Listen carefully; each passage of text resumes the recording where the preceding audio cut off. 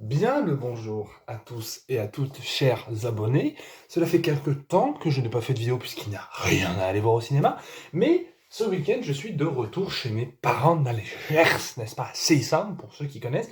Et en voyant ma chambre, je me suis dit, tiens, pourquoi pas vous faire un petit room tour des familles pour vous présenter mes comics, mes livres, mes collections, mes objets geeks un petit peu. Voilà, un petit room tour finalement assez mignon, assez beau. À commencer, n'est-ce pas, par cette énorme fresque Marvel, évidemment, qui est sublimissime. Hein.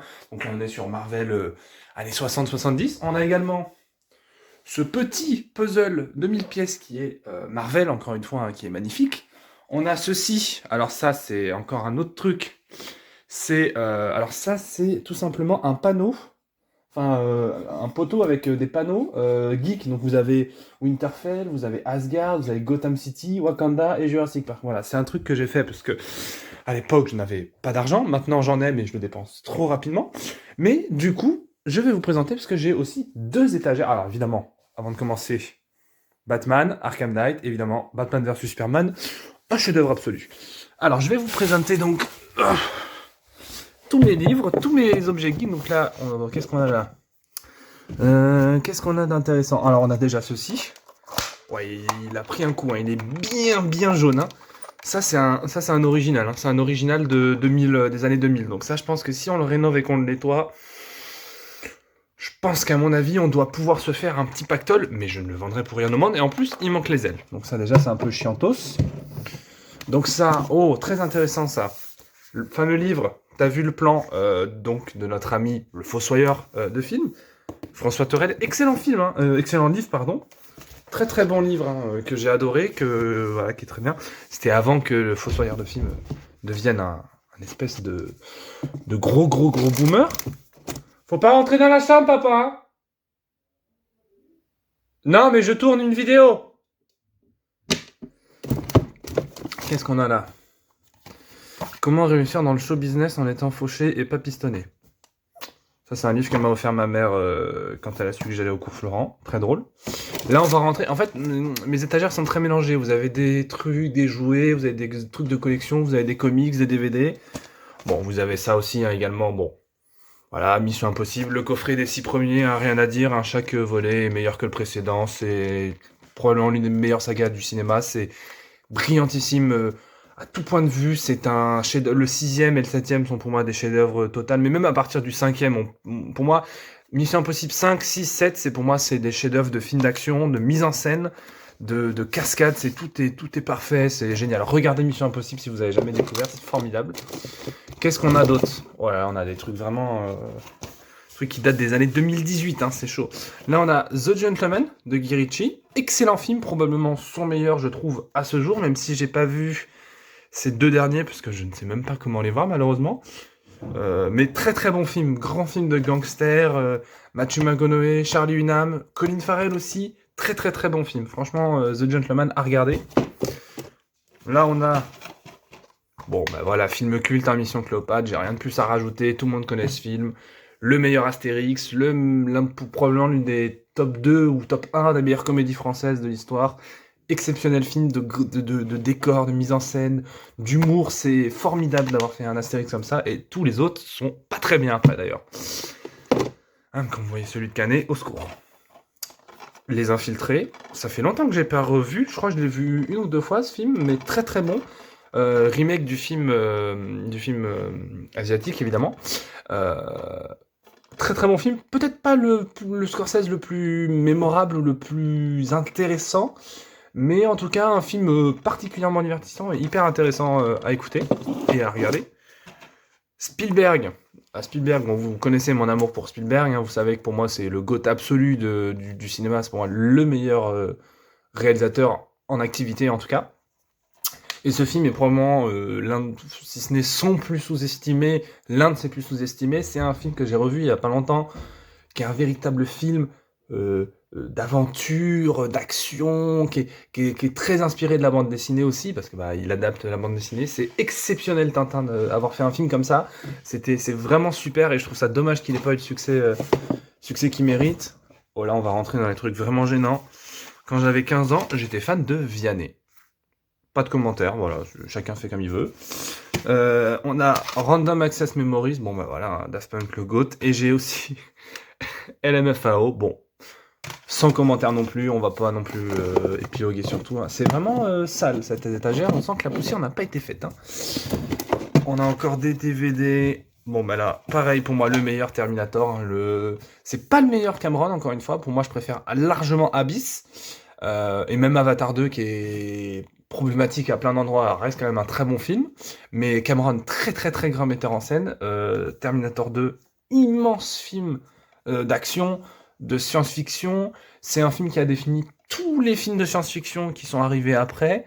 Pour moi, il y a plusieurs films qui ont fondé la science-fiction, je dirais, moderne, actuelle. Il y a 2001, il y a Terminator 2, il y a Blade Runner et Star Wars. C'est les 4 films qui, pour moi, ont fondé tout ce qui existe de films de science-fiction actuels.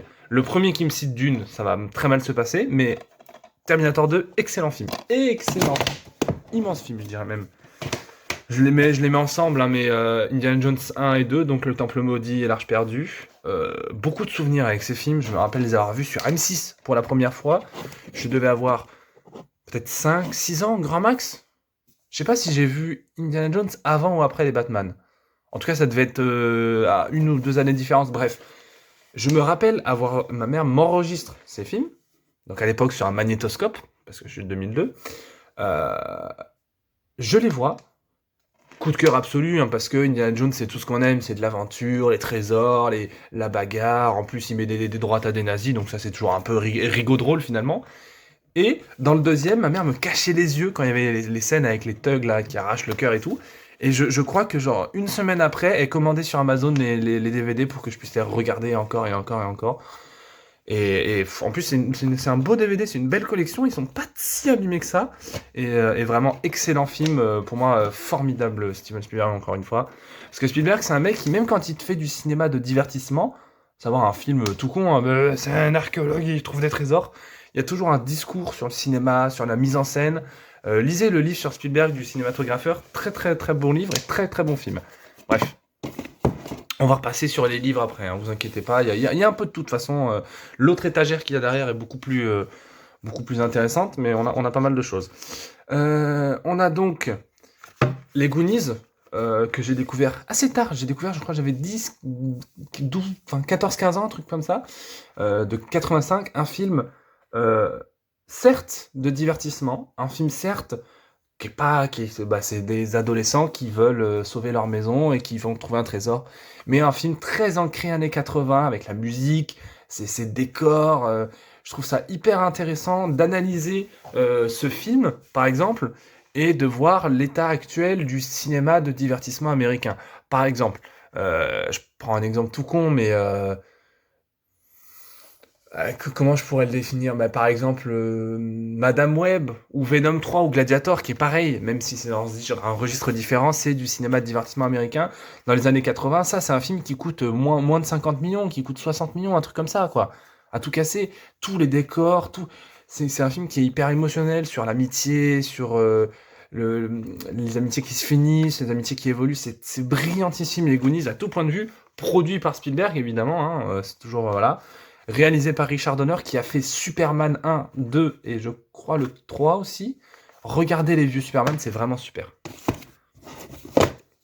Oh, putain, ça c'était génial. Ça, c'est mon père qui m'a offert ça, ce livre, à mes 18 ou 17 ans, sur un super-héros de la guerre froide, mais qui revient à notre époque. C'est un peu une parodie de Superman, mais sous forme de livre. Donc c'est pas un comic, c'est pas une BD, c'est pas un film. C'est hyper intéressant. C'était hyper intelligent en plus comme livre. Ça parlait du Watergate, ça parlait du Vietnam. Non, c'était vraiment un super livre, vraiment super. Là, bon là j'ai pas mal de choses encore, hein. Qu'est-ce que c'est que ça? Ça c'était une montre. Ça c'était une montre, bon, ok. Alors, là, j'ai pas mal de livres à vous montrer. Voilà, c'était assez intéressant. Hop. Donc là, on a Voyage au centre de la Terre, de notre très bon ami Jules Verne. excellent livre, probablement l'un des tout premiers livres que j'ai vus. Je crois même que je l'ai jamais fini tellement c'était compliqué. Au contraire de 20 milieux sous les mers que j'ai lu, je crois 5-6 fois tellement c'était ouf. Mais je me rappelle que euh, à l'époque, les fous quand j'avais 7, 8, 9, 10 ans, je lisais beaucoup, beaucoup, beaucoup, beaucoup, beaucoup, beaucoup. J'étais très fan de super-héros, sauf qu'en fait, moi, mes parents, ils ont jamais trop kiffé le délire super-héros en comics, en livre. Et du coup, c'est en mode, moi, je veux bien t'acheter tous les livres que tu veux, mais pas de comics. Ce qui fait que c'est pour ça qu'à Bordeaux, j'en achète énormément. Mais du coup, je lisais beaucoup de livres, et ça, c'est l'un des tout premiers qu'on m'a acheté. Et j'étais en mode, en fait, je comprends pas la moitié du truc, donc je vais arrêter, en fait. Donc je n'ai jamais fini ce livre, mais en tout cas, je sais que j'en avais gardé un plutôt bon souvenir de ce que j'avais lu. C'était hyper, c'est le fondement de la science-fiction moderne, en fait. Ça, pareil, Le Seigneur des Anneaux, les deux tours. En fait, c'est comme le livre, c'est comme le film Seigneur des Anneaux. C'est-à-dire que c'est intéressant, hein. Franchement, c'est pas mal, mais c'est un peu trop verbeux pour moi. C'est-à-dire que quand il te donne 3 pages pour te définir la couleur de la feuille d'une forêt, bon, au bout d'un moment, on s'en bat un peu les glaouis, hein. Mais le premier était vraiment long, j'ai mis plusieurs années à le finir, hein, parce que j'arrêtais, je recommençais, c'était chiant. Le 2 est beaucoup mieux, donc je pense que je vais le reprendre même pour pouvoir le finir, parce que est-ce qu'il y a encore mon marque-page? Il y a encore mon marque-page. Très très très bon livre. Là, attention, je vais déplacer la caméra. Oh là! Ouais, vous avez vu comme cette chambre est magnifique. Là, on a donc... On va parler de John Green, parce que ça, c'est intéressant. John Green, excellent auteur de livres pour ados. Donc, à savoir, donc évidemment, j'ai été un adolescent dépressif, donc j'ai lu Nos étoiles contraires. C'est pas mon préféré celui-ci. Il était très bien, il se lisait très rapidement, très facilement. Alors je pense que si je le relis maintenant, je hurle parce que c'est mielleux et chiant à mourir, mais Nos étoiles contraires, vraiment, vraiment, vraiment intéressant. Celui-ci, c'était clairement le moins bon des 4. La face cachée de Margot, pareil, hein, adapté en film avec... mais je crois que c'était le premier film de Cara Delevingne, il me semble. Chiant à mourir, mais vraiment, chiant à mourir. Nul, pas intéressant. Non, pas ouf, pas ouf. Ça reste un bon livre, mais franchement, des 4, c'était celui qui m'intéressait le moins. Par contre, ces deux-là, Le théorème des Catherine et Qui es-tu Alaska, exceptionnel livre, pardon. Surtout celui-ci, qui donc raconte l'histoire d'un mec un peu, je crois qu'il est autiste ou un truc comme ça, qui a un syndrome du trouble autistique. Je sais qu'il a une particularité neurologique, mais je me rappelle plus laquelle. Enfin, en tout cas, il est hyper intelligent. Et qui tombe tout le temps amoureux des meufs qui s'appellent Catherine. Bon, jusqu'ici, vous vous dites, c'est nul. C'est suffisamment écrit de façon intelligente. C'est de la romance pour ados, donc c'est vraiment mielleux, c'est long, quand t'es adulte, c'est un peu chiantos, mais quand t'es ado, c'est pas mal du tout. Je sais pas si je pourrais le relire aujourd'hui, parce que... ouais, non, je pourrais pas. Mais c'est quand même pas mal, et alors celui-ci... alors moi, je pleure beaucoup au cinéma, que ce soit dans les films, même dans certaines séries. Je pleure pas en livre. Mais s'il y avait un truc qui aurait pu me faire pleurer en livre, c'est bien celui-ci. Tellement ça parle vraiment des premières fois, des premières soirées, des premières cuits, des trucs comme ça. C'est vraiment l'adolescence définie en un bouquin.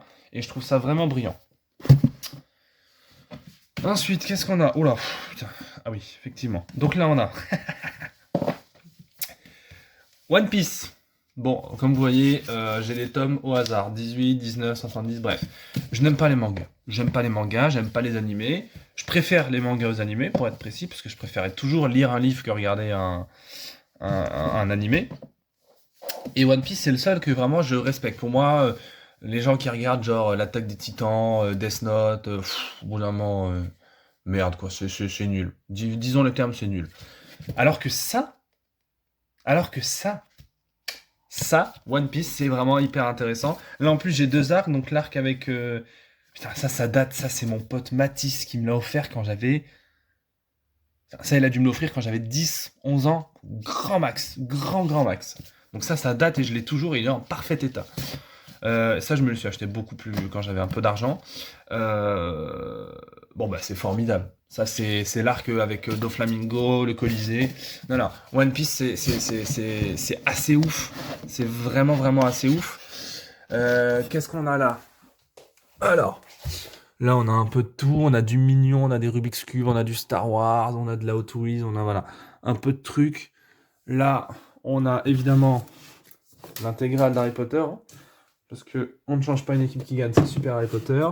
Pareil derrière Harry Potter, de la bière au beurre, évidemment l'échiquier de Harry Potter, formidable et exceptionnel.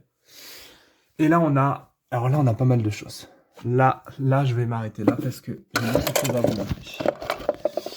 Alors là, déjà, on a ma caméra, on a des photos de famille. Ça. Donc, Héros de l'Olympe, la suite de Percy Jackson, n'est-ce pas? Euh, Absolument exceptionnel. Notamment le 4 et le 5, la bataille contre Chronos. C'est aussi de la littérature pour ados, donc c'est écrit très aisément, mais c'est comme Harry Potter, ça se lit vite, c'est drôle, c'est fun, il y a de la grosse bagarre, c'est vraiment pas mal. Non, non, ça, si vous voulez que votre gamin ou votre gamine, hein, ils lisent des livres quand ils ont 12, 15 ans, là, plutôt que d'aller sur leur téléphone, Percy Jackson, Harry Potter, valeur sûre, c'est vraiment, vraiment cool. Ensuite, vous avez la trilogie du labyrinthe. Alors, comme le film, c'est pas très bien, c'est pas très nul non plus. C'est une sorte d'entre-deux. Le premier en livre est pas mal. La Terre brûlée en livre est vraiment cool. Comme le film, le 2 est le meilleur. Par contre, le 3, c'est une catastrophe en termes de livre et en termes de film. C'est nul à chier, c'est inintéressant. C'est vraiment pas bien. Ensuite, nous avons les livres Game of Thrones, le trône de fer. Donc j'ai le tome 1, 2, 3, 4 et 5. Putain, j'en ai lu 5, putain, je suis vraiment le boss. Comme la série. Écrit finement, hyper hardcore, c'est très verbeux comme série de livres. Mais est-ce que c'est mieux que la série? Je sais pas. Mais je trouve quand même que c'est plutôt une bonne série littéraire à lire. Je trouve ça je trouve ça quand même plutôt intéressant. Et alors là, je vais vous parler ensuite d'un livre, une série de livres. Alors, attention, Chérub. J'ai le 8, 9, 10, 11, 12, 13, 14, 15, 16, 17. Putain, je les ai quasiment tous à partir de 8, c'est fou. Chérub. Bon, jusqu'ici, encore une fois, de la littérature pour ados. Anecdote particulièrement drôle. J'ai commencé à lire Chérub en 5e ou 4e parce que j'étais pas amoureux, enfin si, à l'époque on va dire j'étais amoureux d'une fille très intelligente qui était vraiment, j'aime pas ce mot, mais un peu le cliché de l'intello. Elle s'appelait Ninon, elle était magnifique. Elle avait que des 16, des 17, elle était hyper intelligente, elle était hyper brillante dans toutes les matières. Et en fait, un de mes potes était son pote aussi. Je dis ouais, je l'aime bien, Ninon, comment je pourrais faire pour lui parler? Et il me fait frérot, elle lit Chérub, lis ça. Et c'est vrai qu'à toutes les cours de récré, elle lisait ça. Et du coup, j'ai été à la bibliothèque et j'ai commencé à lire Chérub, le 1, le 2, le 3. C'est trop bien. Chérub, qu'est-ce que c'est que ça raconte? Ça raconte tout simplement le service de renseignement britannique, sauf qu'au lieu que ce soit des vieux croutons comme James Bond, c'est des enfants de 12 à 18 ans, je crois. C'est mature, c'est très mature. Honnêtement, ça reste de la littérature adolescente, mais il y a pas mal de sujets très matures et hyper profonds qui sont... parce que du coup, chaque livre correspond à une mission. Moi, mon préféré, c'est le tome 2, avec le trafic de drogue, mais t'as des trucs vraiment cool. T'as des trucs sur les patrons d'entreprise qui font des magouilles. T'as des trucs sur le casino. T'as des trucs sur les... Je pense à notamment... Attendez, je vais vous prendre... Celui-ci, Vandal, où c'est un clan, un gang de motards dirigé par un néo-nazi. Vous avez aussi, ça parle d'agences terroristes. Vous avez des agents désavoués. Des fois, ça parle de Russie. Enfin, c'est vraiment hyper, hyper mature. Celui-ci, je crois que c'est... Ah oui, Mad Dog, c'est avec la guerre des gangs à Londres. C'est vraiment, vraiment, vraiment cool, Chérub. Honnêtement, je pense que je pourrais le relire. Je pense que je pourrais le relire à mon âge. Parce que c'était suffisamment écrit, suffisamment rapidement. Non, c'est vraiment pas mal comme écriture Cherub. Donc, alors, pour finir l'histoire, évidemment, je n'ai eu aucun succès avec cette fille, hein, mais j'ai découvert une série de livres vraiment pas mal, donc, comme quoi, tout bénef, hein. Alors là, vous avez encore plein de DVD dans cette étagère, peut-être que je vous en parlerai après si la vidéo est pas trop longue. Là, oh putain, là, on va en parler. Dans cette deuxième partie de vidéo, on va voir la deuxième étagère, donc là, vous voyez, il y a beaucoup plus de choses. Alors ça, je peux pas le montrer parce que c'est pour un mariage, donc faut pas qu'on me le montre. Alors j'ai déjà pas mal de choses à vous montrer. Les premières choses, c'est que, vous savez, les figurines de collection, les goodies, les produits dérivés, Marvel, DC, tout ça, ben, je viens pas d'une famille pauvre, attention. Mais le fait est que ben, nous, ma mère, elle avait pas forcément, et mon père, ils avaient pas forcément énormément d'argent pour m'offrir des trucs. Donc, ce que je faisais, c'est pas compliqué, ben, je faisais ça avec le bois et la scie sauteuse de mon père. Par exemple, là, vous avez un symbole de Batman. Alors, c'est pas parfait, hein, c'est pas le plus beau, mais honnêtement, franchement, ça fait l'affaire. Là, pareil, vous avez un autre Batman, voilà. C'est pas beau, hein, mais au moins c'est DIY. Voilà. Là, vous avez le symbole d'Aquaman, pareil. Là, vous avez le bouclier de Captain America. Voilà, c'est pas le plus beau que j'ai fait, mais honnêtement. Alors attention, vous avez aussi. Attention. Voilà, plutôt que d'acheter un marteau de Thor à 140 euros, et ben voilà, marteau de Thor maison. Encore une fois, hein, c'est pas parfait, c'est pas le plus beau, mais au moins c'est moi qui l'ai fait. Voilà. Donc bon. Est-ce qu'on commence sur les... Ah putain, ça j'adore. Alors ça j'adore. Ça c'est un cadeau que j'ai eu à Noël, je sais pas si vous le voyez.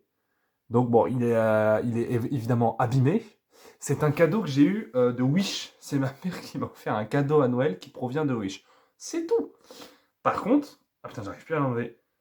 Comme vous l'aurez remarqué, c'était évidemment un cadeau. C'est les Pierres d'Infini de Marvel. Évidemment. Voilà, c'est un banger total. C'est magnifique, c'est trop beau, j'adore. Ça c'est génial. Je vais lever. Là, vous avez le petit pot à crayon Groot, hein, mignon comme tout, on adore. Pareil, dans la collection de mes objets que j'ai pas d'argent mais je les fais quand même, je me suis fait un double anneau du Doctor Strange. Non, franchement, ça fait pitié. Hein. Franchement, il fait pitié, mais en vrai, il fait le taf. Hein. Franchement, ça fait le taf. C'est pas beau, mais moi, j'ai fait ça quand? J'ai fait ça en 2020 pendant le confinement. Vous vous rendez compte? Eh ben, et j'ai eu mon bac, hein, comme quoi. Là, pareil, il y a un cœur d'Iron Man. Pas mal. Là, qu'est-ce qu'on a à cet étage-là? Oh putain, mon journal intime. Alors, évidemment, il y a beaucoup de choses. Oh putain, qu'est-ce que c'est ça? Top 10 de mes séries préférées. This Is Us, How I Met Your Mother, Game of Thrones, Smallville, Les Simpsons, Sex Education, Flash, Brooklyn Nine-Nine, Rick et Morty, Breaking Bad. On sent que ce truc a été fait en 2019 quand même, parce que aujourd'hui, ce serait pas ça. Hein. Ce serait clairement pas ça. Mes 10 films préférés: Endgame, Infinity War, Black Panther, Ready Player One, Spider-Man New Generation, Ant-Man et la Guêpe, Les Indestructibles, The Dark Knight, les Indiana Jones 1, Les Indestructibles 2. Oh la vache! Ah ouais, ça aurait vraiment changé. Hein. Putain. Mes 10 héros Marvel, Spider-Man est en deuxième Captain America. Oh putain! Ah la vache! Ah ouais, heureusement que ça a changé, hein, parce que... Oulala! Ah ouais, là, en fait, c'est que des trucs de pop culture. C'est que des... C'est que des trucs de pop culture, genre Marvel, DC. Je faisais des graphiques sur Marvel et DC. Mes 5 jeux préférés. Ah ouais, tout a changé là, hein, parce que heureusement. Hein. Oh là là là là là là. Seigneur Dieu. J'écrivais des trucs de vidéo. Oh la vache. Captain Marvel. Ah. Déjà à l'époque, j'étais un gros gourmand. Oh là là. Pas mal. Liste de mes réals préférés. Spielberg, Tarantino, Nolan, Scorsese, Frère Russo, Cameron, Burton, Fincher, John Hughes, Luc Besson. Bon. Je pense que ça changerait, hein, parce que vraiment... Oh, j'avais fait un classement des gens de ma classe. Oh, Pas un classement des meufs en mode truc dégueulasse, non, un classement des gens de ma classe par ordre de préférence. Oh, Guess, le père fondateur. Oh là là là là. Je peux même pas lire, je peux même pas finir le truc. Oh, regardez. Trop bien, je suis pas mal allé au cinoche, hein. J'ai été cinéphile. Oh là là. Oh putain, mais c'est l'enfer sur Terre ce truc. Oh là vraiment, ce journal intime, on sent que il est tout fin, hein. On sent que des pages ont été arrachées, hein, parce que ça c'est quand je me faisais chier en cours par exemple, ces petits dessins de merde là.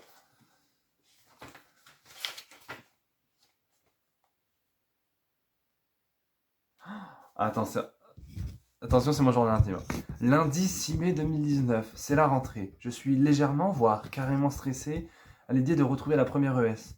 Car je ne vois personne pendant les vacances, mais l'idée de revoir certaines personnes qui vont mentir sur leurs vacances afin de se faire passer pour le plus riche et le plus stylé me déplaît fortement. Waouh! On dirait un écorché vif. Oh, ça vient d'où ça? Ah ben. Donc ça, c'est un porte-clés Lego. Ben, j'ai enlevé le porte-clés parce que je suis un gros chien. Voilà. Batman, hein. Magnifique, formidable, exceptionnel. C'est beau. On a pareil avec Flash. Hop. Pas mal du tout. Très très très beau. Bah attendez, on va les remettre parce que sinon je vais... Ça, alors ça, c'est... Alors ça, mon gars. Bon, le véhicule est un peu pété, hein. Ça, ça, c'est mon père qui m'avait offert ça quand on était encore dans notre appartement de la gendarmerie. Donc c'était avant 2010, ça veut vous dire. Ça, alors je sais pas si vous le verrez à l'écran, mais ça, c'est genre une voiture Hot Wheels Batman, et on en avait deux, on avait la Batmobile, et on avait dans celle-ci, le zoom c'est de la merde, mais c'est la voiture de l'homme mystère. Alors ça n'a jamais été vu dans aucun comics, hein, attention, mais franchement, c'est pas mal, j'aime la collection. 2000, putain, incroyable. Là, on a quoi d'autre? On a la trilogie de Nolan, évidemment, Batman Begins, Batman The Dark Knight et The Dark Knight Rises. Rien de plus à dire qui n'a déjà été dit sur le YouTube mondial. Les trois sont des chefs-d'œuvre de mise en scène. C'est, je pense, c'est ce qui a défini Batman, non seulement dans les films qui ont suivi, donc Batman vs Superman, The Batman de Matt Reeves, mais également en comics. C'est un film qui a compris que faire un bon film de super-héros, c'est pas nécessairement foutre des scènes d'action, mais c'est avant tout des personnages. C'est avant tout, c'est un film, avant d'être un film d'acteur, un film de metteur en scène et un film d'action, ça reste un film d'écriture. C'est un film qui est les trois, hein, sont des films qui sont brillamment écrits, et notamment dans Batman Begins, c'est l'un des derniers grands rôles de Liam Neeson qui est devenu un mauvais acteur. Bref, on y vient. Ça, bah là de toute façon ça va être quasiment que du super-héros, hein, je vous préviens. Bah tiens, on en parlait. The Batman. Voilà. Je vais pas redire. Si vous suivez ma chaîne, vous savez que je suis fou amoureux de ce film. C'est pour moi le meilleur Batman sorti actuellement au cinéma. C'est un pur chef-d'œuvre de cinéma, de mise en scène, d'action, d'acting, d'écriture. C'est un film qui est inspirant aussi. C'est Paul Dano en Riddler, Colin Farrell en Penguin, Zoe Kravitz en Catwoman, Robert Pattinson, Andy Serkis, tous les acteurs et les actrices sont tout est parfait dans ce film. Tout est parfait. C'est un film que j'ai analysé de long, en large, en travers j'ai fait 2 vidéos sur ce film. J'ai fait une vidéo analyse d'ailleurs si vous voulez la regarder. Exceptionnel, c'est exceptionnel ce film. Bon, vous l'aurez compris, j'adore Batman, hein. Alors ça c'est intéressant, Batman vs Superman, parce que tout le monde déteste le film, moi j'ai jamais compris pourquoi, que ce soit en version longue ou en version cinéma. La version cinéma elle fait 2h30 je crois, 2h35, et la version longue elle fait 3h. C'est pour moi le dernier grand film du DCU. J'aime bien Shazam 1, j'aime bien Aquaman, je peux pas dire que c'est des grands films. Ça pour moi, le DCU il fait Man of Steel, il fait Batman vs Superman, tu te dis putain, ils vont concurrencer Marvel si tous leurs films sont comme ça. Pour moi, ça c'est un chef-d'œuvre. Ça pour moi c'est un chef-d'œuvre absolu, hein. Il y a une scène où Superman arrive au Capitole pour son procès, enfin pour son audition en tout cas, exceptionnel. C'est un film qui est brillant parce que c'est un film qui met plein de choses en place. À savoir Jesse Eisenberg, Lex Luthor déjà, qui pose plein de questions sur Batman qui est désabusé, qui se met à tuer, qui n'a plus de règles morales, qui devient une sorte de fasciste hyper dangereux, et en même temps toute la planète qui se pose des questions sur Superman, est-ce qu'il doit bosser pour nous, est-ce qu'il doit travailler pour le gouvernement, plein de questions, donc formidable, chaque scène est exceptionnelle, c'est brillamment, la photographie est magnifique, les effets spéciaux sont super, ça c'est exceptionnel comme film de super-héros. Moi mes parents n'aiment pas ce film, hein, par exemple. Mes parents n'aiment pas ce film. Bon, faut dire, mes parents, ils ont vu tellement de films de super-héros, au bout d'un moment, ils n'en pouvaient plus. Moi, je trouve ça génial. Je trouve ça absolument génial. Ça, pareil, Wonder Woman. Alors, peut-être moins bien que Batman vs Superman, mais quand même un film... bah, honnêtement, si tous les films d'ici avaient été comme ça, on n'aurait jamais eu de problème dans la vie, hein, honnêtement, parce que, voilà, c'est un petit film sympatoche. Il y a des scènes d'action assez sympas, le personnage est attachant. Bon, après, l'actrice est devenue une espèce de connasse, et moi, je la déteste, mais je trouve que ça reste quand même... C'était un bon choix pour incarner Wonder Woman, Gal Gadot. Non, c'était bien, franchement, j'ai envie de lire du Wonder Woman. Tiens, d'ailleurs, j'en ai pas assez lu. C'est un très bon personnage, et j'ai hâte de voir ce qu'ils vont faire avec... ce que James Gunn va faire avec Wonder Woman. Hollywood, Oscar des meilleurs décors en 1989, Batman de Tim Burton. Je vais pas non plus épiloguer là-dessus pendant 25 minutes. Alors, j'ai pas celui-ci, moi j'ai l'affiche de Batman le défi, la suite, que je trouve largement au-dessus, mais large, vraiment, mais large, large, large. Film, véritable film, très burtonien. Pour moi, c'était une très bonne idée de confier un Batman à Tim Burton parce qu'il a la compréhension des personnages et Tim Burton, pardon, il a beaucoup cet art du dessin, hein. On le voit quand on a des livres sur Tim Burton, c'est quelqu'un qui fait beaucoup de croquis, qui fait beaucoup de storyboard. Et c'est pour moi un de ses meilleurs films. C'est Michael Keaton, c'est Kim Basinger, c'est Nicholson. C'est très éloigné du comics, c'est très kitsch. Je l'ai revu il y a 3-4 mois. C'est très kitsch, c'est très années 80, c'est vraiment chelou, faut être dans le délire. Mais en vrai, c'est quand même un très très bon film Batman pour le coup. Qu'est-ce qu'on a là? C'est quoi ça? Ah, putain, ça c'est un truc que ma grand-mère m'a acheté au Futuroscope. Un sablier d'eau, quoi. Bon, ça reste pas mal, hein. Moi j'aime bien, je trouve ça beau. Encore une fois, une petite figurine Batman, je sais pas d'où elle vient, mais voilà. Ah là, on va rentrer dans les comics, là. Là, on va rentrer. Qu'est-ce que vous voulez qu'on fasse? On fait les DVD, ensuite les livres? On fait les DVD, ensuite les livres. Voilà, donc ça, un cul, parce que j'ai toujours été un gros gourmand. Qu'est-ce qu'on a là? Ah ça, si, ça, faut que je vous en parle. Donc là, pareil, regardez. Un jeu McDo. Voilà, parce que je suis un gros zinzin. Putain, la poussière a jamais été faite ou quoi sur ce truc? Alors ça c'est important parce que c'est un cadeau que j'ai eu quand j'ai eu mon brevet ou mon bac. Un des deux, je crois que c'était brevet. Oui, brevet. Bac, j'ai rien eu. Donc quand j'ai eu mon brevet, ma mère m'a offert ça, elle a acheté en Belgique, donc très très très beau livre que j'avais lu en entier plusieurs fois, et qui présentait en fait l'histoire de DC Comics de par des comics hyper cultes en fait, à lire par exemple ça c'est Crisis on Infinite Earth, que j'ai lu depuis, que j'ai pas aimé, mais ça c'est un autre sujet. Genre, regardez-moi la beauté du dessin, c'est formidable. Évidemment, hein, dessiné par George Pérez, hein, forcément on connaît. C'est en fait voilà, c'est d'année en année, ça évolue. On voit l'évolution de DC et je trouve ça vraiment, je trouve ça vraiment intéressant de voir de quoi on est parti et à quoi on est arrivé. Et je trouve ça, bah, encore une fois, hein, regardez-moi ça, formidable, hein. Je trouve ça vraiment, c'était vraiment cool. Ah, All Star Superman, très très bon comic ça, lisez-le, c'était super. Non, c'était vraiment cool. J'avais vraiment apprécié le Blackest Night, évidemment. Hein. 2010, ouais, c'est ça. Hein. Ouais, bah, c'est ça que je voulais vous trouver. Voilà, bon. C'était un très très beau livre. En plus, il n'est pas trop abîmé, je suis content. Ah non, c'était c'était un super livre celui-ci. Vraiment, il était vraiment cool. Hop. Oui, bon, j'avais dit qu'on faisait les comics, mais on va d'abord faire les DVD. Là, on n'a pas que du super-héros, on a un peu de tout. Je finirai par vous présenter ma pièce préférée de toute ma chambre, parce que ma pièce de collection, hein, j'entends. Je vais vous mettre les deux là. Alors, dans deux registres absolument différents. Pareil, Ça, c'est.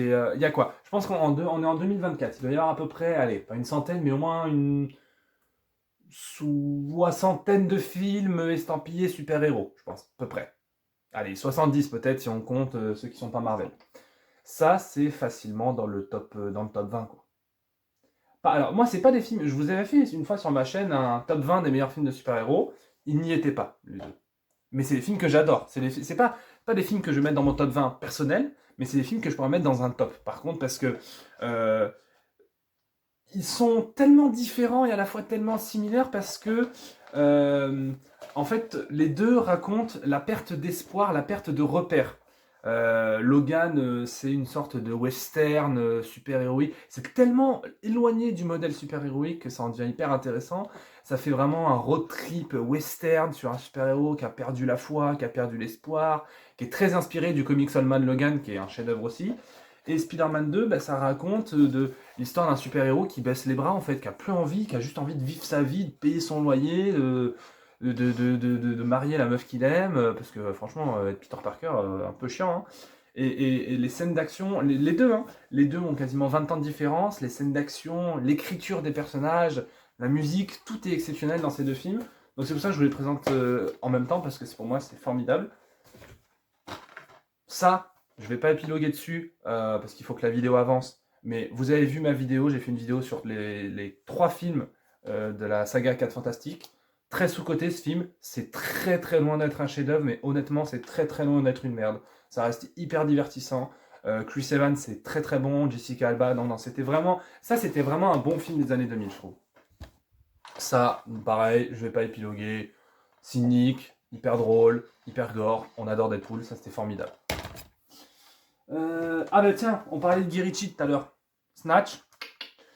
Alors ça c'est très drôle parce que ce DVD je crois que j'avais des chèques cadeaux ou un truc comme ça. Je l'ai acheté sans avoir vu le film. Et ma mère m'a dit, tu vas le voir, tu vas adorer. Je l'ai acheté, j'ai adoré. C'est exceptionnel. Le rythme de montage, de réalisation, c'est oufissime. Franchement, c'est vraiment vraiment bien. Là, pareil, je vais pas épiloguer pendant 107 ans. OSS 117, coffret le 1 et le 2, mais pas le 3, puisqu'il n'est pas très bien. Non, très très cool, très très cool, voilà. Comme Mission Cléopâtre, une des plus grandes comédies françaises de l'histoire du cinéma français. Jean Dujardin, Les Boules de Noël. Voilà, quoi, tout est parfait. Bon, c'est génial, je vais regarder ces films, c'est ouf. Ensuite, qu'est-ce qu'on a? On a Kingsman. Attends, on a un coffret Kingsman le labyrinthe. Hein. Ça n'a aucun rapport l'un avec l'autre, mais pourquoi pas. Bon, le labyrinthe, je vous en ai parlé tout à l'heure quand je vous ai parlé du livre, mais par contre, Kingsman, adapté d'un comics, ça je ne le savais pas à l'époque. Matthew Vaughn, très très très bon réalisateur anglo-saxon. Qu'est-ce que je pourrais vous dire qui n'a pas été dit sur ce film? C'est hyper drôle, c'est de la violence décomplexée. Le 2 est aussi très bien. Je suis dégoûté qu'il n'y ait pas un troisième film qui soit en marche. Parce que bon, bah, Kingsman à la guerre mondiale, franchement, oh, ça me foutait un peu. Donc non, très très très bon film. Très très très bon film. Alors pareil, voilà, c'est le bordel ici. Pirates des Caraïbes 1, Pirates des Caraïbes 3, mais de façon plus globale, j'ai fait une vidéo il y a un peu plus d'un an et demi sur Pirates des Caraïbes, sur la saga dans sa globalité. C'était une très bonne vidéo, d'ailleurs regardez-la si vous ne l'avez pas vue. Le dernier, pour moi, le dernier grand film d'aventure qui a été grand public, parce qu'il y a eu des tentatives, il y a eu The Lost City of Z de James Gray, il y a eu Au cœur de l'océan de Ron Howard qui était nullissime, mais voilà. Enfin, moi, j'avais pas aimé ce film du tout. Mais je trouve que c'est un film qui est quand même, en tout cas pour les 3 premiers, parce que comme je vous l'ai dit dans ma vidéo, le 4 et 5, c'est pas très bien. C'est à l'époque, et je dis ça alors que je suis fan de Marvel, attention, hein, c'est à l'époque où Disney avait à cœur de faire du divertissement honnête et de faire du divertissement qualitatif. C'est-à-dire que oui, c'est une saga, oui, il y a la suite, le 2 et le 3, sauf que ben, pour moi, en fait, Pirates des Caraïbes se finit après le 3e volet. L'histoire, elle est finie, chaque personnage a terminé sa quête, a terminé son chemin de personnage, Il n'y avait pas besoin de faire une suite. Et tout est formidable. Alors oui, c'est des films qui coûtent très cher, mais parce que c'est des films où il y a peu d'effets spéciaux. En tout cas, dans les 3 premiers, il y a des effets spéciaux numériques, notamment sur les équipages de pirates, mais il y a des vrais bateaux. Il y a notamment la scène du Kraken. Regardez le making-of de comment a été fait cette scène. Maintenant, on ferait tout dans un studio en effets spéciaux. Là, ils font ça dans la vraie mer, avec des vrais bateaux. C'est oufissime d'avoir fait des films comme ça. En plus, c'était interdit au moins de 12, hein, donc avec de la violence, très gore et tout.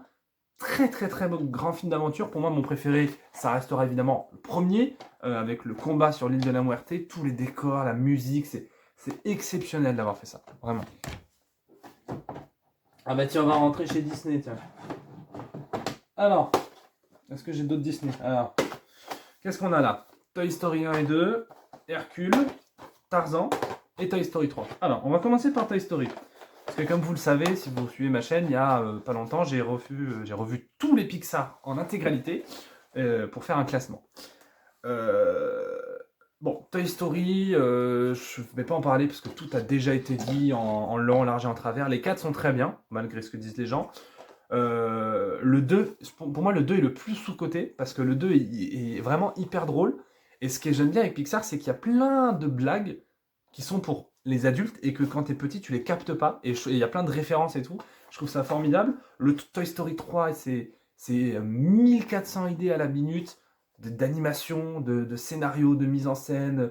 Sunnyside, le jardin d'enfants, Lotso, enfin, c'était ouf. Je crois qu'il avait eu l'Oscar du meilleur film d'animation, je suis pas sûr, à vérifier. Mais puis alors Ken et Barbie, c'était génial quoi. Toy Story, c'était fou. J'ai envie de voir le 5e volet quand même, malgré tout, parce que j'ai envie de voir où ils vont aller. Mais pour moi, je trouve que c'est plutôt une connerie. Mais à voir, on peut être surpris. Tarzan, bon ben voilà, Phil Collins. Ma daronne me chantait les chansons de Phil Collins quand j'étais gosse. Mais quand j'étais gosse, nourrisson, hein, donc autant dire que voilà. Ça fait très longtemps que je ne l'ai pas revu. Faudrait que je le revoie. Je me rappelle que au début du film, il y a un guépard qui me faisait peur quand j'étais gosse. Genre, le guépard, il me faisait vraiment peur et j'ai déjà fait un cauchemar avec. Formidable. Et là, on est sur le meilleur Disney de l'histoire de la planète, Hercule. Immense film. Pour moi, le meilleur Disney, film d'animation Disney à ce jour. Même s'il y en a plein que j'adore, attention. Hein.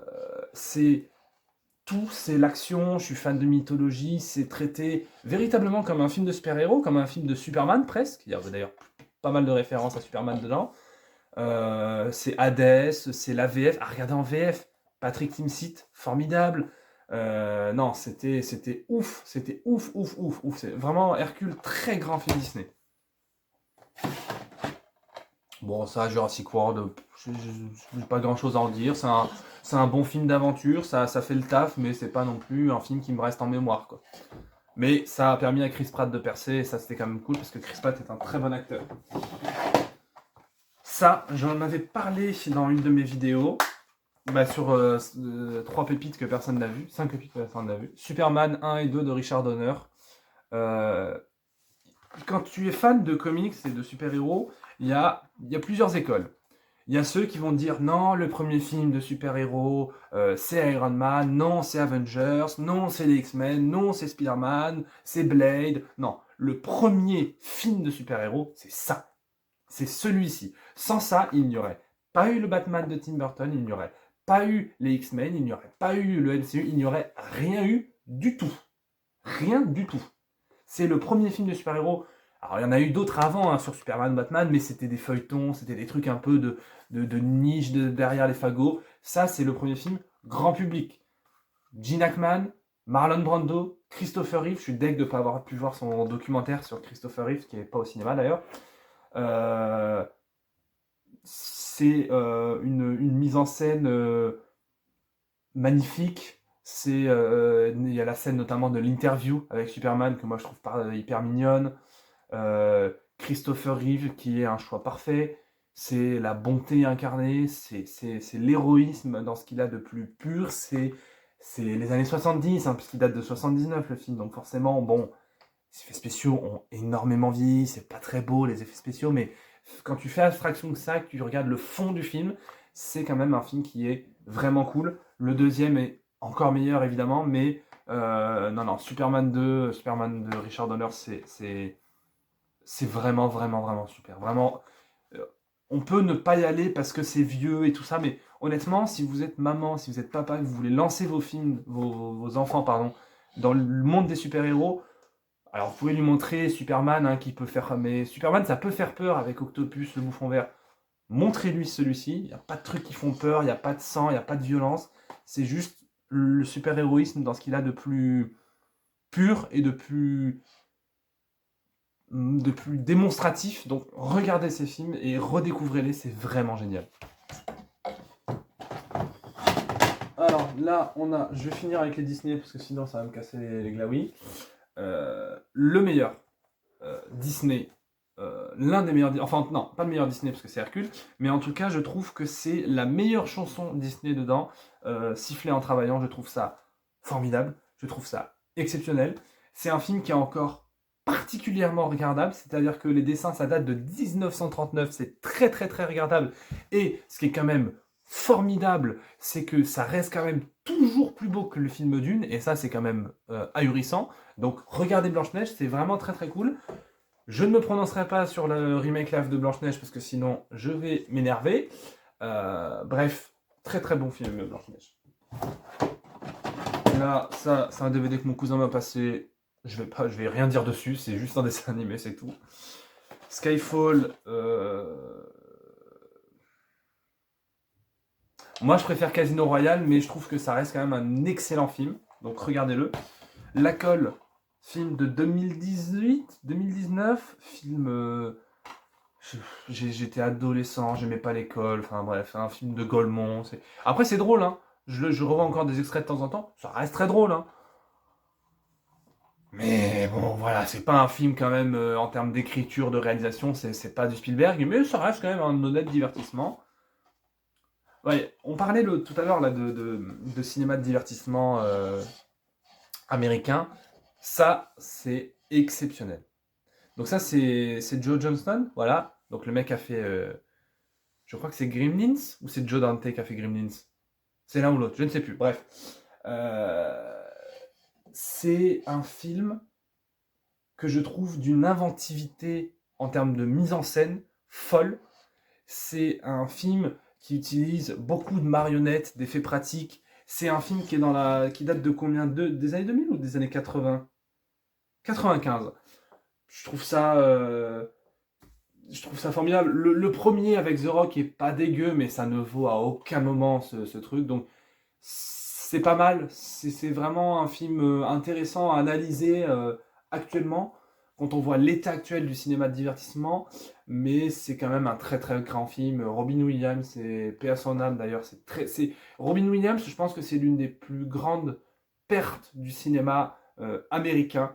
C'était la bonté, c'était la gentillesse, c'était un acteur brillant qui pouvait... moi, ce sera Will Hunting évidemment, hein, mais c'est... ouais, non, c'est très triste qu'il se soit suicidé. C'était un mec vraiment cool. Et Jumanji, c'était vraiment un putain de film. Mais tiens, alors ça, je l'ai eu en 2010. X-Men Quadrilogie, donc X-Men 1, X-Men 2, X-Men l'affrontement final et Origin Wolverine. Peut-être je ferai... 1, 2, 3, je ne sais plus parler. Je n'ai rien de plus à dire, j'ai déjà fait une vidéo aussi sur la saga X-Men qui a fait pas beaucoup de vues, donc si vous voulez aller la regarder, régalez-vous. Vous saurez tout ce que je pense de ces films. Mais les X-Men, ça reste quand même banger absolu. Qu'est-ce qu'on a là? Attends, t'as pas vu Point Break? Tout est dans Point Break. Tout est dans Point Break. C'est tout. Non, Point Break, grand film d'action de Catherine Bigelow. L'ex-femme de James Cameron, il me semble. Très très très grande metteuse en scène, qui est pour moi, c'est une des plus grandes réalisatrices d'Hollywood, mais on n'en parle pas assez parce que c'est le patriarcat, tu connais. Mais moi, je retiens surtout son film. Alors, Point Break, Patrick Swayze, Keanu Reeves, évidemment, le GOAT absolu du cinéma d'action avec Tom Cruise. Mais je trouve ça... moi je préfère Des Mineurs avec Jeremy Renner qui a eu l'Oscar du meilleur film, mais ça reste quand même, voilà, les années 80, ça reste un film de divertissement honnête. Il y a des bonnes scènes d'action, c'est gentillet, c'est des surfeurs qui font des braquages de banque. Voilà, ça mange pas de pain, ça casse pas trois pattes à un canard, mais c'est un film culte parce que c'est l'esprit du surf. Alors moi, je suis pas sportif, je m'en fous, donc voilà, mais ma pote Aliénor, elle adore ce film. Elle l'a pas vu, mais elle adore. Bref. Alors, est-ce qu'on a besoin des DVD? Ah bah oui, oh putain, je l'avais en DVD lui. Le meilleur X-Men, voilà. C'est tout, le meilleur X-Men. Je dirais rien de plus, vous avez vu ma vidéo sur X-Men, c'est le meilleur. Ça, oh putain, la daube. Ça, j'ai jamais pu finir ce film, je me suis toujours fait chier à mourir, donc je vais rien dire. Ça... alors, c'est un peu compliqué de parler de Luc Besson, parce que bah, c'est un violeur, donc on va éviter. Si je devais juste dire un truc, c'est que c'est particulièrement dommage que Luc Besson soit un agresseur, violeur, tout ce que tu veux, parce que bah, c'était un mec qui faisait du cinéma français en Amérique.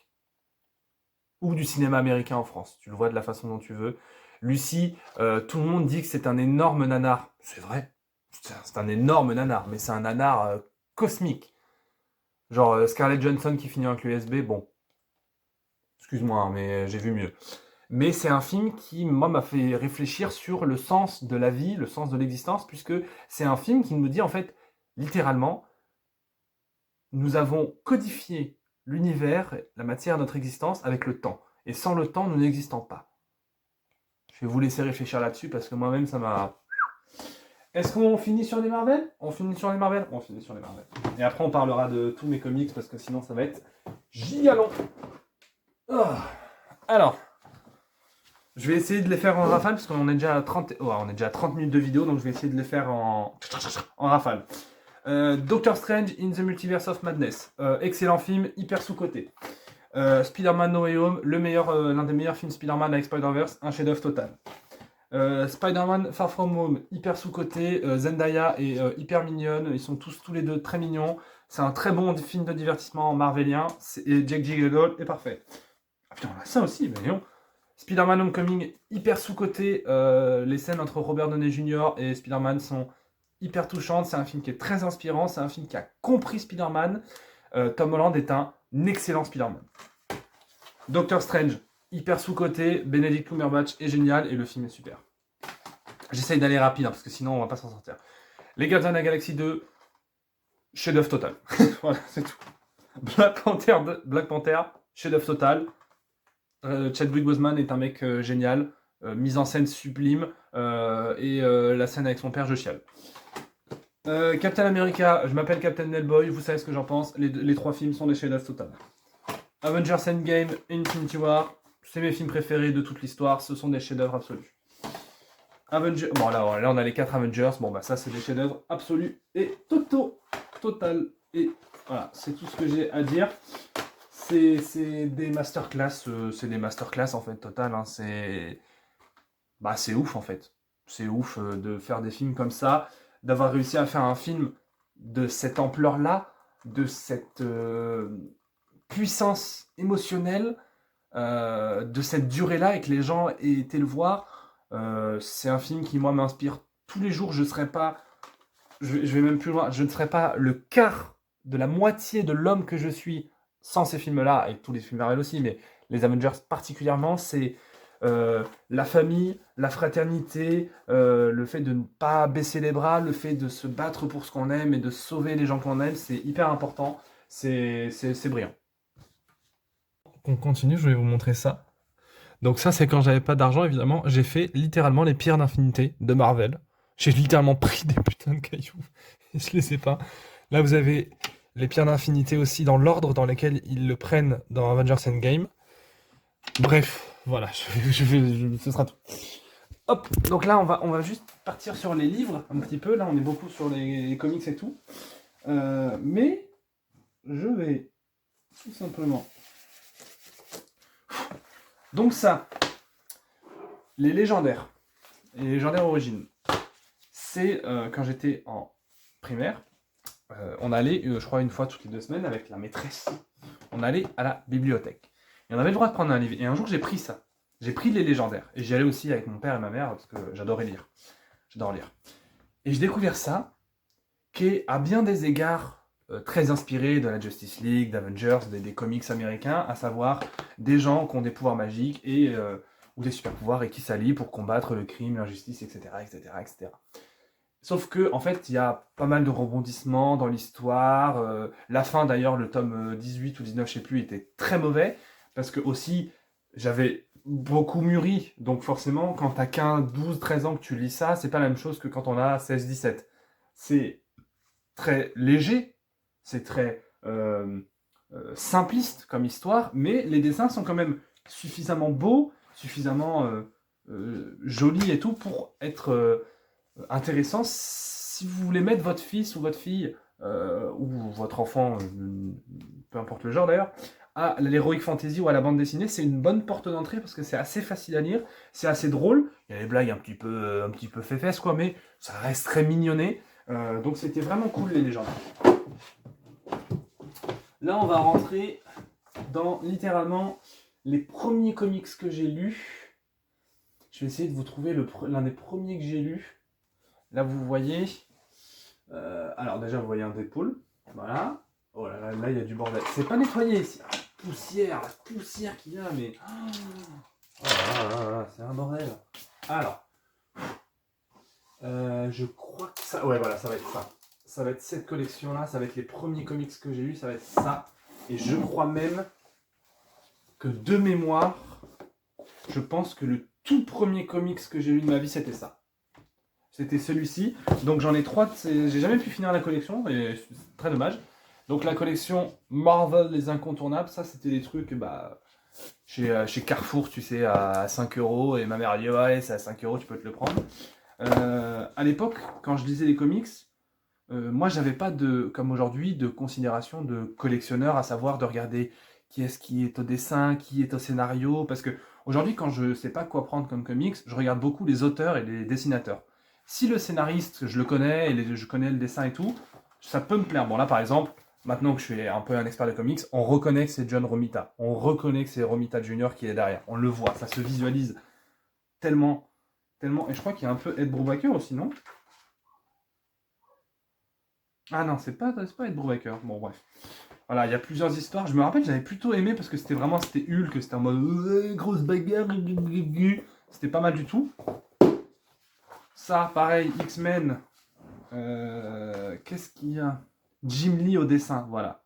Voilà, ça j'en étais sûr. Mais voilà, maintenant je reconnais. Ça c'est du Jim Lee, mais à 100%, ça se ressent. Ouais, oui, voilà, allez. Regardez-moi, la qualité du dessin est exceptionnelle. Mais à l'époque, j'étais pas comme ça. Moi, à l'époque, j'étais juste en mode, bon, je regarde mes trucs. Il y a Wolverine, c'est stylé. Oh, hop, hop, hop, hop. C'est qui ça? C'est Captain America.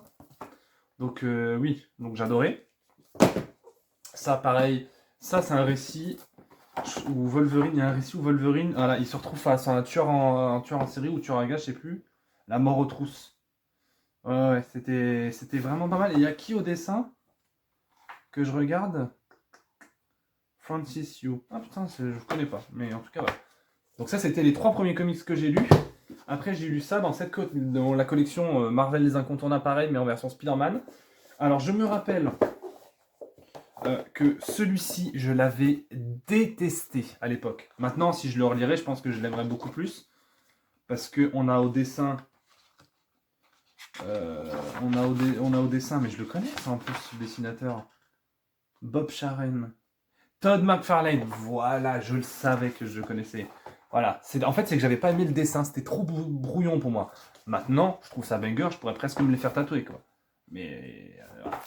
Donc ça, c'était fou. Ça, j'avais vraiment aimé pour le coup. Ça, c'était Spider-Man contre Venom. Ça, c'était vraiment...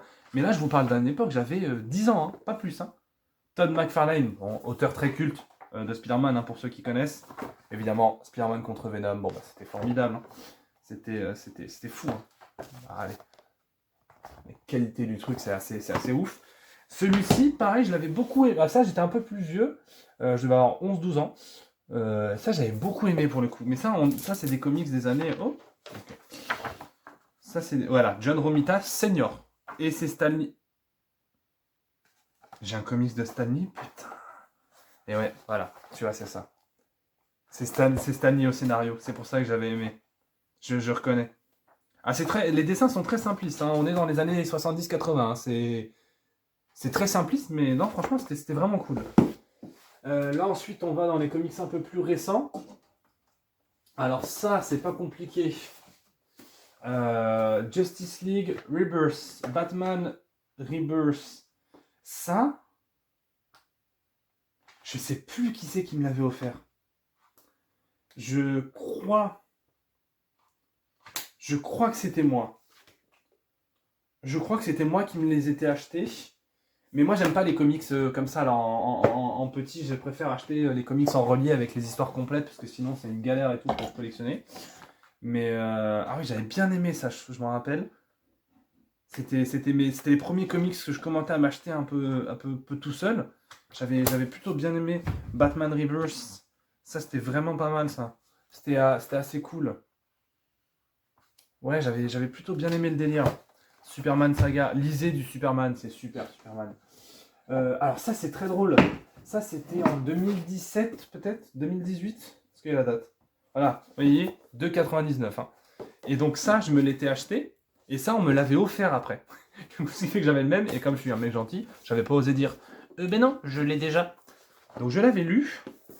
J'avais plutôt bien aimé. Mais c'est qu'en fait, à l'époque, moi j'avais. Enfin, comment dirais-je? Moi, mes parents, ils étaient pas trop dans le délire comics et tout, comme je vous l'ai dit. Genre, ils aimaient pas trop que je lise ça. Du coup, bah, dès que j'en avais un, j'étais content. Même si le truc était éclaté au sol, je trouvais ça bien.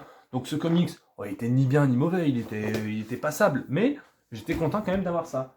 Par contre, celui-ci, je me rappelle que j'avais aimé. Marvel année 2000.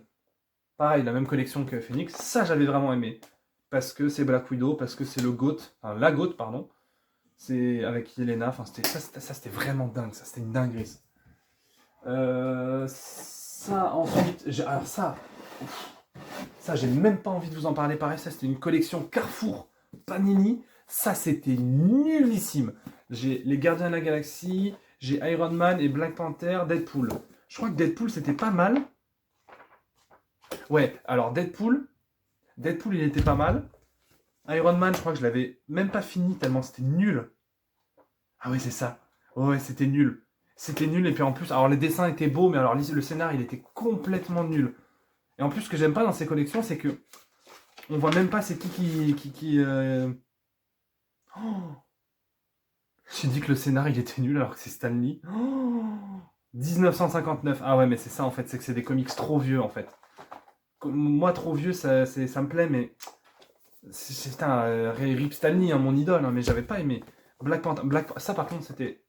Ouais, ça je m'en rappelle. Ça c'était ouf. Ça c'était vraiment ouf. Ça c'était exceptionnel. Lisez Black Panther, c'est fou. Ça je l'ai même pas lu, c'était nul. Ensuite, qu'est-ce qu'on a là? Iron Man. Oh, mais je sais plus qui c'est qui m'a offert ces trucs. C'est des potes à moi peut-être, hein? Je crois que c'est des potes à moi, hein? Non, alors ça je l'avais eu à Noël. Ça je l'avais eu à Noël. Bon, au final, j'ai acheté à Bordeaux, comme vous l'avez vu dans ma vidéo, le Secret Empire complet. Totalement complet. Donc j'ai lu l'histoire en entier. Bon, bah, c'est un banger, hein. C'est un banger total. Hein. Captain America qui devient nazi, bon bah c'était fou. C'était fou. Mais ouais, là, ah ouais, non, non, je sais ce que c'est. Ça, c'est des comics qu'on m'a donné. Je crois même que c'est un pote de mes parents qui me l'avait donné, je crois. Je crois que c'était Jérôme. Je crois que c'était lui qui m'avait donné ça, ouais. Bon, c'était des comics, c'était pas mal ça, c'était vraiment, je me rappelle, surtout, il m'avait donné celui-ci, j'avais vraiment aimé pour le coup, celui-ci était vraiment bien, hein, c'était vraiment cool. On a combien de vidéos? On a 10 minutes de vidéo, la vidéo va faire 1h30, c'est pas grave, je vais essayer de vous les faire en rafale. Superior Spider-Man, c'est le prologue, hein. C'était génial, excellent scénario, Dan Slott au scénario, c'était bien mieux que ce qu'il a fait sur Spider Island. Très beau dessin, c'était formidable, c'était fou, c'était assez incroyable. Le dessin est magnifique. Un des comics les plus cultes, l'un des premiers comics cultes que j'ai lu dans ma vie, ma mère avait accepté que je m'achète ça, ou elle me l'avait acheté, je sais plus. Jim Starlin, évidemment, George Perez, Ron Lim, bon ben voilà, le fameux combat contre Thanos, exceptionnel, le dessin est certes très vieux, mais vraiment magnifique, c'était vraiment ouf. Ensuite, ça, je vais reprendre la caméra parce que sinon, voilà. Ça, donc, c'est les comics Deadpool. C'est en édition Altaïa, donc voilà. Bon, c'était ni bien ni mauvais, c'était pas mal. Ça, c'était quoi ça? Avengers avec Ultron Unlimited, ça c'était assez ouf. Qu'est-ce qu'on a là? Attends, je vais remettre la caméra parce que sinon ça va être dégueulasse pour vous. Joyeux anniversaire, Michael Straczynski et John Romita Jr. Ah, j'avais. Ah, si! Ah, si! Ah, si, j'avais bien aimé là. Ah, si, oui. Alors, si, en fait, ça c'est une histoire avec, de Spider-Man avec Doctor Strange où ils doivent combattre Dormammu et ses démons. Et au final, Doctor Strange il fait un petit cadeau à la fin à Peter. Et ça c'était vraiment zinzin. Ça, je me rappelle que je crois que j'avais chialé à la fin de ce comics, il me semble. Et puis encore une fois, bon, bah, John Romita Jr., hein, formidable. De toute façon, c'est un de mes dessinateurs préf. Hein. Il a une façon de dessiner qui est très carrée, très cubique. Mais j'aime beaucoup. Ouais, voilà, regarde. Bon, bah, c'est fou ça. Ça c'était vraiment bien. Là, on a quoi? Là, on a Cible Mystique. Ça, c'est. Je crois que c'est un comics où Wolverine essaie de traquer Mystique. Ouais, c'est ça. Oui, c'est tout à fait ça. Ouais, j'avais bien aimé ce comics. Un peu court, mais pas mal du tout. Ça, c'était quoi? Hawkeye. Sous-côté de zinzin. Sous-côté de zinzin, ce mec. Dessin très vieux. On est avant les années 2000. Hein. Très kitsch comme histoire, mais c'était vraiment cool. Hulk. J'ai lu ça? Bah, oui, je l'ai lu, mais. Ah oui, je me rappelle. Oui, c'est bon, je me rappelle. C'était moche. C'était pas beau. Ah, c'était pas beau, j'avais pas aimé. Ouais, non, j'avais pas aimé celui-ci, je me rappelle, j'avais pas aimé du tout. J'avais vraiment pas aimé. Hop. Dégoûté de ne pas avoir pu faire la collection. Et là, on va aller dans les comics qui ne sont pas beaux. Qui ne sont pas très bien. Donc ça... Ah si, ça c'était bien. Ça, on me l'a offert en sortant de mon opération des dents de sagesse, je me rappelle. Tortue Ninja, Batman, c'était plutôt divertissant, c'était plutôt pas mal, j'avais bien aimé. Ça c'est un comics que mon frère a ramené de Bordeaux, Dawn of Titans, je vous en avais parlé. Bon, j'ai rien de plus à vous dire que ce que vous savez. C'est exceptionnel, c'est banger, les dessins sont magnifiques, il y a des scènes hyper touchantes. Toutes les petites histoires sont exceptionnelles. Non, c'était fou. Ça c'est vraiment une bonne porte d'entrée. Ça, c'était vraiment fou. Ça. Justice League Rebirth, j'avais pas aimé. Green Lantern Rebirth, j'avais plus aimé. Shazam, j'avais adoré parce que c'est Geoff Johns évidemment au scénario. Non, c'était ça. Ah ouais, non, mais même le dessin en fait, c'est tout. Ça c'était vraiment cool. C'est pour ça que j'avais bien aimé le film Shazam, c'est que ça suivait ce comics. Hop, ça, Batman des ombres dans la nuit. Bon, ça reste un truc culte. Et évidemment, probablement une des œuvres les plus connues sur l'univers de Batman, Killing Joke. Ça, je l'ai eu à mes 16 ou 17 ans, je crois. 46 planches. Ça veut dire qu'il y a 46 dessins dedans. C'est tout. C'est un comics qui est très peu... Enfin, il est très court, pardon. Mais en termes de découpage, d'histoire, je suis assez admiratif de... Alors, Alan Moore, globalement, est un connard fini, hein, sexiste, tout ce que tu veux. D'ailleurs, voilà, mais il a fait des comics...